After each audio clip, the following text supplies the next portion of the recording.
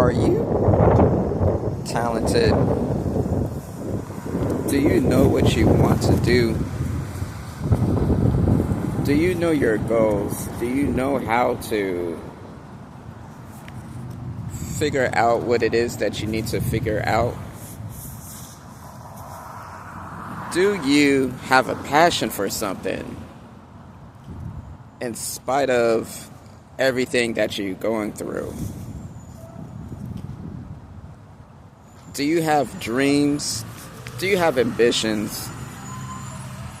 Well, if the answer is yes to any of the questions that I just asked, you have to have the confidence to pursue your answers. The answers that you have, if there's yes to any of the questions that I just asked you, all you need is the confidence. That's the only thing that is missing. That's the only recipe that is missing. More importantly, before you have confidence, you have to have faith. That faith is the belief that it's going to happen, even when you don't see it, even when others don't see it. You have to see it, even if it's a small amount, even if it's a mustard seed. Because if you don't, there's no faith. If there's no faith, there's no confidence. And if you don't have confidence, you're just going to be stuck in your rut. Now, there's steps to get there, to get your dream job, to have that dream career. Find the job that is right for you. Just because it's a 9-to-5 doesn't mean that it cannot fulfill you for a moment until you're on your next venture, until you're able to do what you want to do and make a living doing what you want to do. Now, jobs can have a bad rep, and within good reason. There are reasons why jobs have a bad rep. And as I was thinking just yesterday about my experiences, the jobs that I left didn't serve me. They didn't serve my purpose. They didn't serve my need or the steps that I needed. It had no longer served, was the fuel that I needed to accomplish the goals that I have. My ultimate goal. My ultimate goal is to have total control of my time. Total control. I can move the way that I want to move. I can move the pace that I want to move. I don't have to go on others' pace.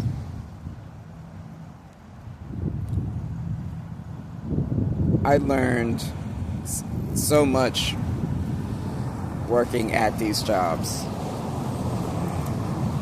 And I learned that what I will tolerate and what I won't tolerate.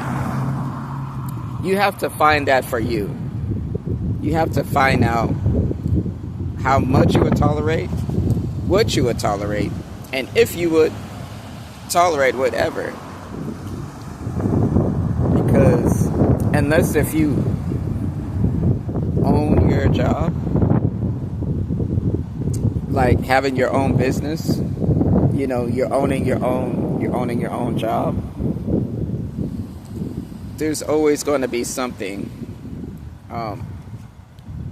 at these 9 to 5s, at a 9 to 5 job. Why? Because you don't own it. You're dealing with so many people, you're dealing with so many personalities, you're dealing with so many egos. People that have egos. Sometimes you're dealing with so many cliques, and at these jobs they have so many cliques. And if you don't fit their mode, if you don't fit what they got going on, they tend to want to make it harder for you to be there. Some, they may not want to help you. They don't want to give you no advice on how to accomplish something faster. And when they do, you have to do it exactly their way.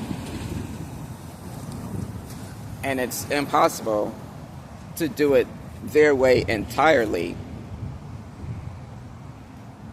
It's like these people at these jobs want you to copy their aesthetic. And humans, we're not built the same. We're all different. We all have different talents.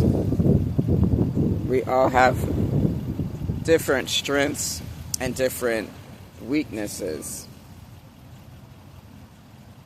Now, if it's a weakness, you can actually improve on your weakness to become stronger in that weakness. But when you work in these 9 to 5s, they don't give you that opportunity to strengthen your weakness. They don't accept it. Many of these jobs.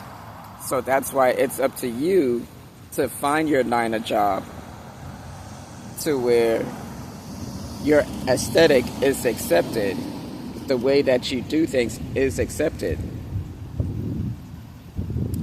Now, it won't be peaches and cream, but ultimately you want to have that peace, right? Now, we know at these jobs, if it's not one thing, it's another thing, right? At these 9 to 5s, if it's not the customers that are getting on your nerves, it's the managers. If it's not the managers, it's the staff, and so forth. It's not hard to find something wrong or something that's getting on your nerves when you work in a 9 to 5. The key is know what you can tolerate and know how much you can tolerate, and ask yourself, should I be tolerating this? And if the answer is no, then start looking. Start saying, okay, I don't tolerate this. Now, how long should I stay at this job? How much can I tolerate? Now, some people that's watching this video, you might disagree on some of these points, but it's a good point to consider, because when you have a family and you can't just up and quit, when you have responsibilities, you can't just up and quit the next day. Some people are able to just up and quit, and definitely give you guys credit, those that are able to do so. But those that are not able to should not look down on those that are not able to. The ones that are able to do so should lift those that are not able to up. Reach out to those that's not able to. Encourage them. We gotta encourage them. You know. Now, me, I fit in a category that I'm not able to just, quit entirely right away.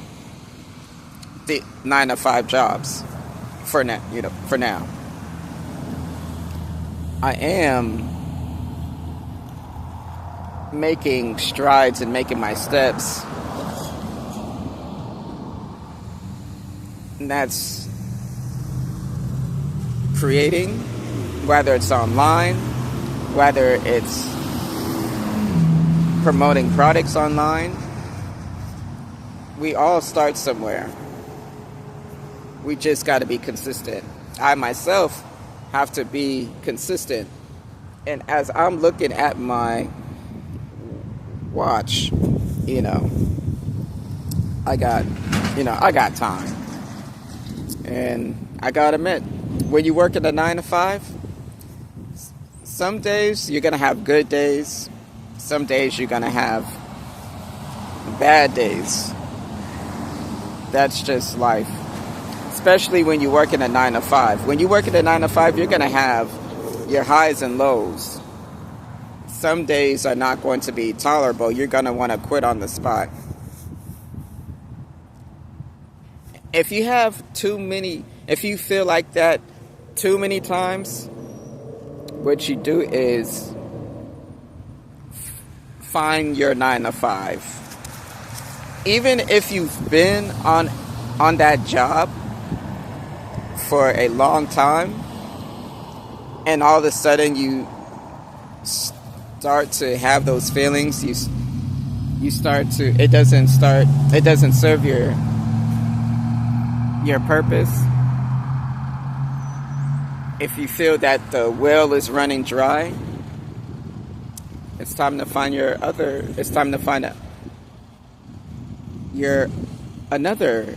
9-to-5 that's for you.